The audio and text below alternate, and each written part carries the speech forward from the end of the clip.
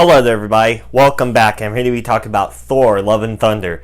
Now, Thor: Love and Thunder is the fourth installment in the Thor franchise, and it's once again directed by Taika Waititi, who did Thor: Ragnarok.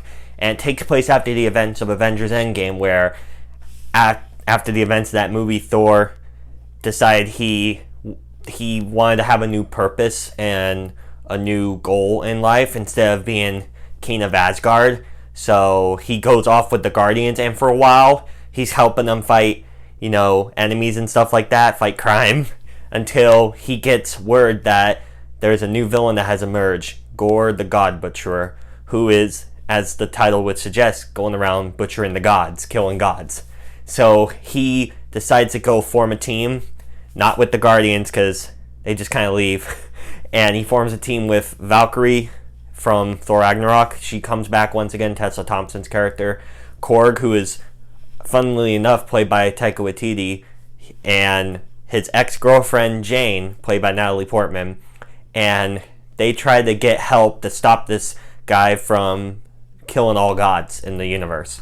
Now, this movie I thought for sure would be a slam dunk for Marvel in many ways, because Phase 4's Marvel hasn't been as perfect as you would assume or want it to be, both from the creative standpoint and from the audience standpoint, because it feels like you would think that they're so far into this ever expanded MCU that they would know how to prioritize projects and make them accordingly instead of doing the quantity over quality, because they keep putting out tons of stuff, so many shows. I believe 7 have been made in about a little over 2 years, and you have 4 movies released last year, and you're gonna have, I believe, 3 released this year. You already had 2. Black Panther, if that makes its release date, which with all the drama and stuff surrounding that, I have no idea if that will make its release date, to be honest with you. But I mean, Marvel was able to handle this before releasing 3 movies a year, because they started doing that recently, but it just feels like a lot of stuff is hit or miss. Like, I don't want to run down the list because I already talked about a lot of the stuff last year in my reviews and all, but for what they've released this year, the 2 movies, you had Doctor Strange 2, which I really liked, but the opinions on it was surprisingly divisive. Like, a lot of people were 50-50 on it. And then you have this movie, which, like I said, I thought it'd be a slam dunk, and it's either tied with or has a lower review score than Thor: The Dark World, which was known as one of, if not the worst, Marvel Studios movie. So that fact alone is shocking. And what's also shocking is a lot of their complaints don't add up. And I have some theories as why this is happening and all. But a lot of the complaints from people I see online is saying the movie doesn't take itself seriously. It's too funny. There isn't dramatic moments. And it felt like a nothing movie. Like, you go to see it, and it was just another movie. There wasn't a reason to, because Marvel was really good with keeping their audiences needing to come see each installment to not only make money, but also tell a really good overlasting story that connects to each other. That's the whole point of the MCU that people love about it, is that it feels like one giant story that's interconnected with everything else. And some of these stuff, like What If, for example, they did announce that those are just, possibilities, what if, but there wasn't really a need to watch that in a way. And with this movie, like, there isn't anything really you need to see going forward, because, no spoilers, I don't really want to dive into it, but like how it ends, and even the stuff with the Guardians, it doesn't really set up anything. It's just kind of its own thing, which isn't bad, but those were some of people's complaints about it was unnecessary.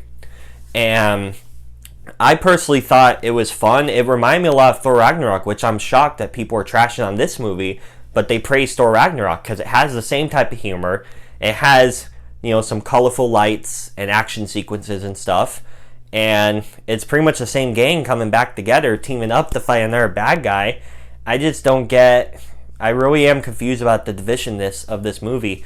But one of my theories and I could be totally wrong on this, but I just want to say it just to speak my piece, is Natalie Portman's character, how they handle her in this movie.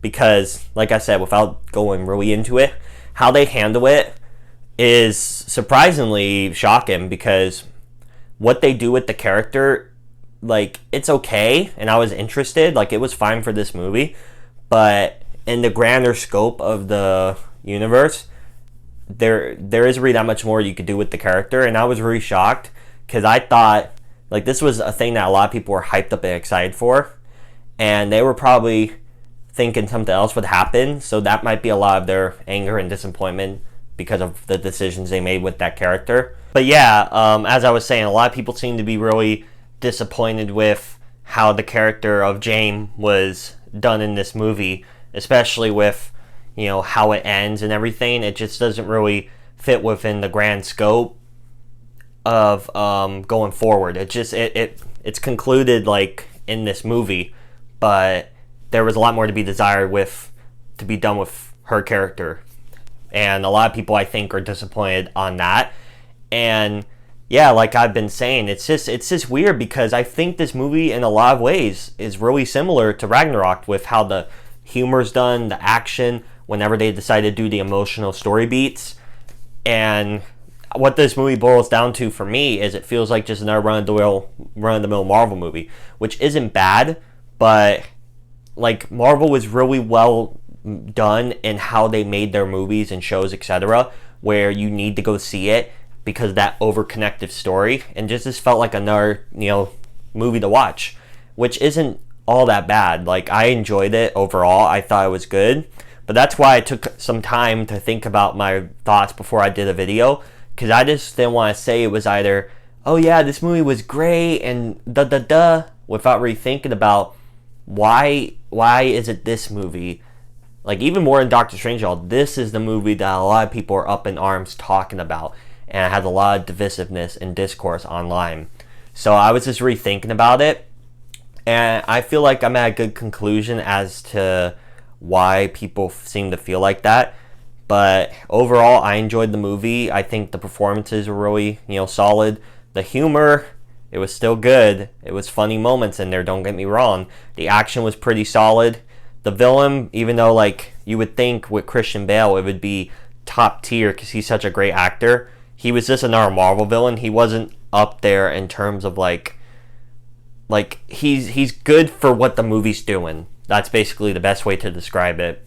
And going forward, I really am curious about where the character, you know, of Thor and stuff will go from here, because it just feels like I thought they were going to be making more movies, but how it concludes makes you think, where could they go from here?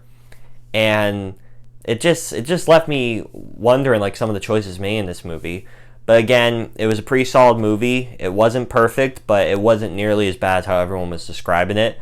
But this could be considered a wake-up call for Marvel going forward on, you know, how to handle their future projects. But with all that said, those are my thoughts on Thor, Love and Thunder.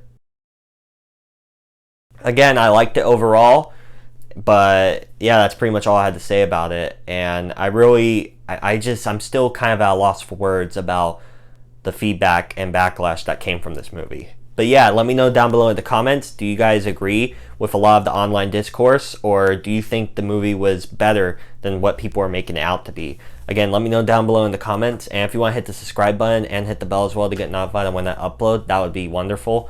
And I hope to see you all later. Bye!